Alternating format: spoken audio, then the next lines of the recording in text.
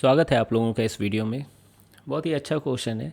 इसमें आपको vector addition का भी काम करना होगा और थोड़ा उससे आगे भी बढ़ा गया है इस क्वेश्चन में, है ना। देखते हैं क्या है। तो क्या कह रहा है क्वेश्चन कि चार पार्टिकल हैं इक्वल मास के, जो कि कैपिटल एम है, वो अलोंग द सर्कल मूव कर रहे हैं, ठीक है, of radius R under the action of their mutual gravitational attraction. मतलब इन दो, किसी भी एक बॉडी पे आप देखिए तो तीनों बॉडी फोर्स लगा रही है, तो उस फोर्स की वजह से, और तीनों पे लग रही है, भले डायरेक्शन अलग अलग है ना। और आप पाओगे यहाँ पे कि जो नेट फोर्स की डायरेक्शन है वो सेंटर की ही तरफ आ रही है इत्तेफाक से। तो उस म्यूचुअल ग्रेविटेशनल फोर्स की वजह से ये बॉडी मूव कर रहे हैं सर्कल में।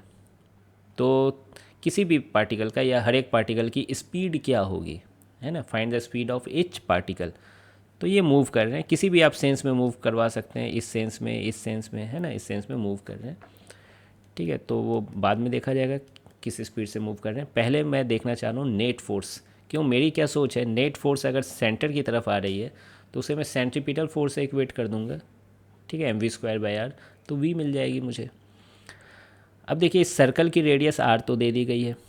मैं स्क्वायर ऐसे बनाया हूँ, आप स्क्वायर को थोड़ा तिरछा भी बना सकते थे, कोई फ़र्क नहीं पड़ेगा इससे, ठीक है। तो मैं इस सिंपल तरीके से ऐसा बना दिया हूँ स्क्वायर। तो चलिए इस बॉडी पे मैं नेट फोर्स निकालना चाह रहा हूँ, है ना, इस पे मैं स्टडी करना चाह रहा हूँ। तो इस पर ये वाली बॉडी इधर फोर्स लगाएगी और ऊपर वाली बॉडी इस तरफ फोर्स लगाएगी, ठीक है, और ये वाली body along the centre force लगाएगी, ठीक है। अब मैं सारा फोर्स का वैल्यू निकालना चाहता हूँ। तो ये जो फोर्स है ना, एडजेसेंट साइड वाले जो फोर्स लगा रहे हैं, तो उसके लिए मुझे सबसे पहले तो ये लेंथ चाहिए ना, ये लेंथ की ही वैल्यू चाहिए, ठीक है। तब ना Gm1m2/L² कर पाऊँगा, या d², जो भी बोलो, मैं L नाम दे दिया हूँ। तो अब ये L कैसे निकालेंगे। तो देखिए डायगोनल की साइड 2r है और ये साइड ऑफ स्क्वायर को मैं L माना हूँ। क्या आप यहाँ पैथागोरस थ्योरम लगा सकते हो, L² + L² = 2r का होल स्क्वायर। तो मैं लगा देता हूँ यहाँ पे L² + L² = 2r का होल स्क्वायर। तो 2L² = 4r²। तो आप देख सकते हो यहाँ पे L² की वैल्यू कितनी हो गई, 2r², यानी L की वैल्यू √2r, लेकिन मैं L² ही रहने दे रहा हूँ, उसी की ज़रूरत पड़ेगी मुझे। तो यहाँ पे मैं लिख रहा हूँ Gm1m2/L², और L² की वैल्यू कितनी है, 2r²। क्या समझ गए।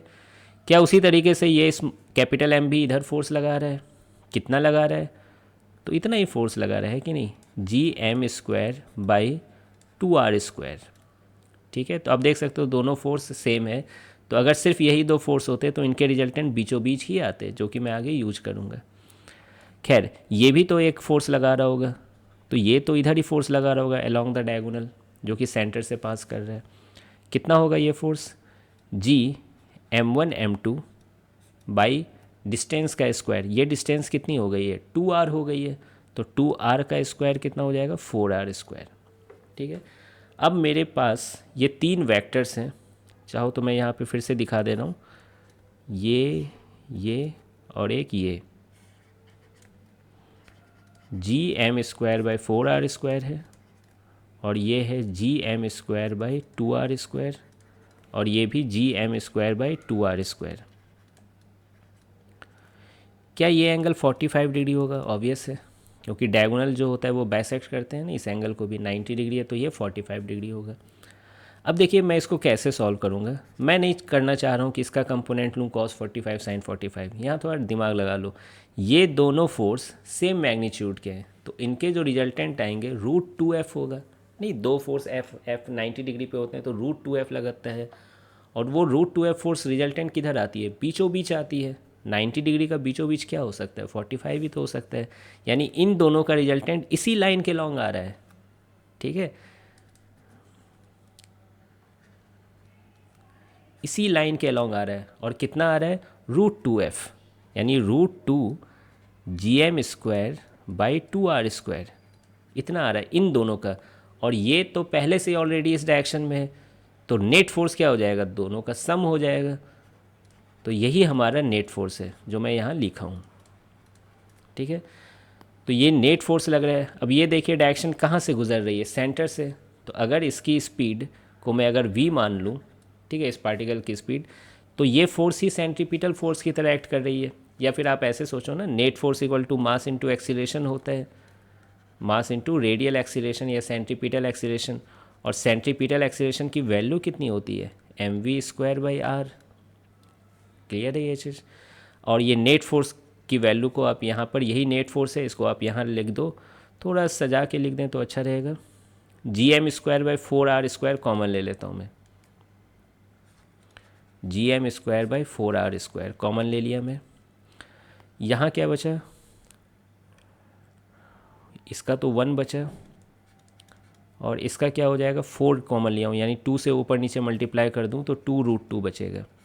तो ये आंसर आ गया। अब यहाँ से v की वैल्यू निकाल लीजिए।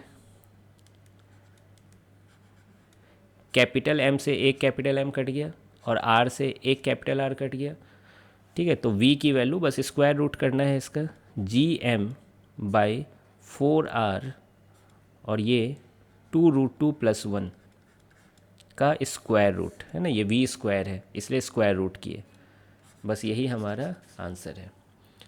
तो यहाँ बेसिक जो मेन स्टेप था वो यहाँ पर रिजल्टेंट लेना, कितनी समझदारी से आप रिजल्टेंट ले सकते हो और जल्द ले सकते हो, बस यही था। और ये net force equal to centripetal force की तरह बिहेव करेगा, तो mv²/r यूज करना था यहाँ पे।